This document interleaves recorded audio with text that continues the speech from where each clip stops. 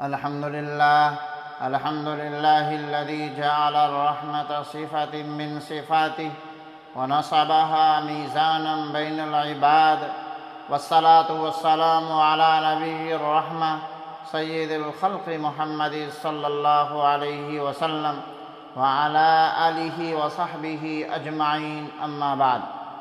محترم سامعین کرام، آج کی حدیث مبارکہ انتہائی مختصر ہے، لیکن اپنے معنی میں سمندر کی گہرائی رکھتی ہے۔ رسول اکرم صلی اللہ علیہ وسلم نے ارشاد فرمایا، من لا یرحم لا یرحم، یعنی جو بندہ دوسروں پر رحم نہیں کرتا اس پر اللہ بھی رحم نہیں فرماتا۔ یہ حدیث ہمیں ایک بنیادی اصول بتاتی ہے کہ رحم کرنا ایمان کا جز ہے اور بے رحمی ایمان کی کمزوری کی علامت۔ رحم صرف کسی پر ترس کھانے کا نام نہیں، بلکہ دوسروں کے دکھ کو اپنا دکھ سمجھنے، ان کی حاجت میں ساتھ دینے، ان کی غلطیوں کو معاف کرنے اور انسانیت کے لیے دل نرم رکھنے کا نام ہے۔ رسول اللہ صلی اللہ علیہ وسلم کی پوری زندگی رحمت کا مظہر تھی۔ اللہ تعالیٰ نے خود فرمایا، وَمَا أَرْسَلْنَاكَ إِلَّا رَحْمَةً لِّلْعَالَمِينَ، اور ہم نے آپ کو تمام جہانوں کے لیے رحمت بنا کر بھیجا۔ رحمت کا یہ عالم تھا کہ آپ صلی اللہ علیہ وسلم دشمنوں کے لیے بھی بد دعا نہیں کرتے تھے۔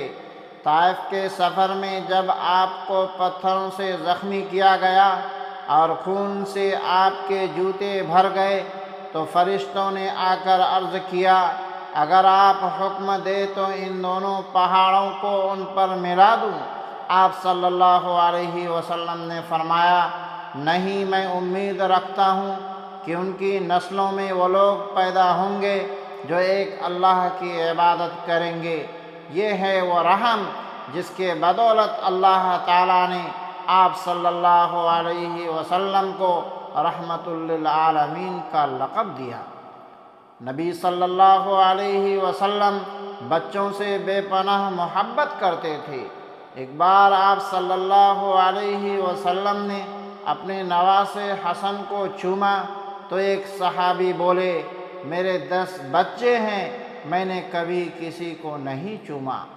آپ صلی اللہ علیہ وسلم نے فرمایا، من لا یرحم لا یرحم، یعنی جو رحم نہیں کرتا اس پر رحم نہیں کیا جائے گا۔ دوسروں پر رحم کرنے کا مطلب ہے کہ بوڑھوں کا احترام، بچوں پر شفقت، غریبوں کے ساتھ نرمی اور انسانوں بلکہ جانوروں تک پر بھی نرمی۔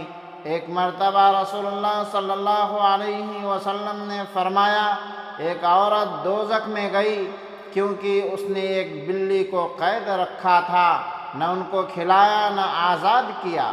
اور ایک دوسری روایت میں فرمایا، ایک گنہگار شخص کو اللہ نے بخش دیا کیونکہ اس نے پیاسے کتے کو پانی پلایا۔ دیکھیے، رحمت صرف انسانوں تک محدود نہیں بلکہ ہر مخلوق تک پھیلنی چاہیے۔